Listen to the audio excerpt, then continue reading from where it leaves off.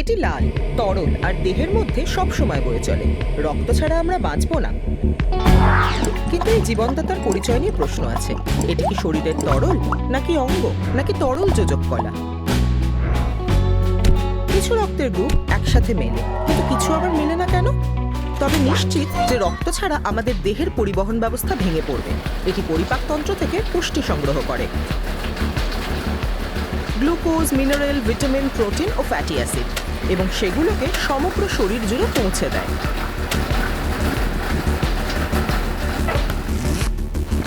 মাত্র 5 মিনিটেই রক্ত হৃৎপিণ্ড থেকে পায়ের আঙুলের ডগা পর্যন্ত পৌঁছে যায়। ফিরে আসতে সামান্য বেশি সময় লাগে। তাপ বিতরণেও সাহায্য করে। রক্ত শরীরের প্রতিটি কোণে পৌঁছাতে পারে। মস্তিষ্কের জন্য সেটা বিশেষভাবে উপযোগী। মস্তিষ্কের হাইপোথ্যালামাস পিটুইটারি গ্রন্থিকে নির্দেশ দেয় রক্ত প্রবাহে হরমোন নিঃসরণ করতে।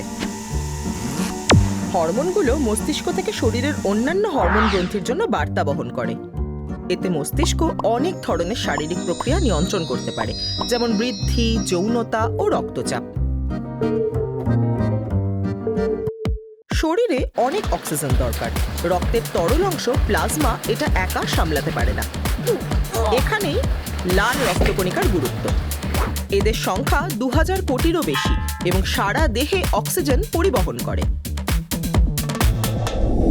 অন্যদিকে সাদা রক্তকণিকা দেহে জরুরি পরিষেবা দেয়।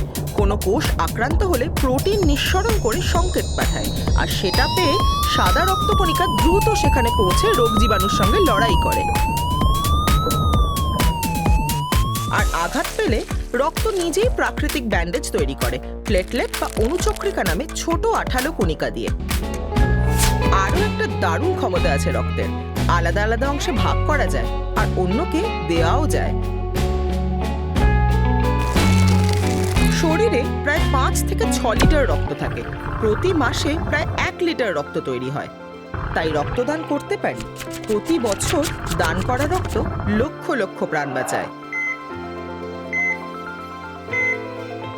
তবে একটা গুরুত্বপূর্ণ বিষয় আছে।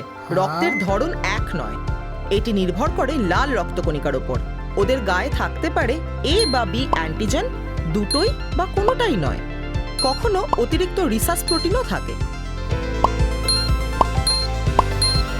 সব মিলিয়ে 8 ধরনের রক্তের গ্রুপ হয়, এবং সব গ্রুপ একসঙ্গে মেলে না। যেমন এবি পজিটিভ রক্তের মানুষ সবার রক্ত নিতে পারেন, কিন্তু ও নেগেটিভ পারে না।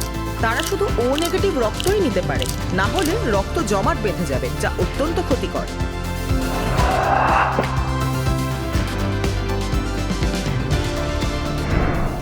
রক্ত তরল হোক, অঙ্গ হোক বা দুয়ের মাঝামাঝি কিছু, শেষ পর্যন্ত তার এই বহুমুখী ক্ষমতাই তাকে এত বিশেষ করে তোলে।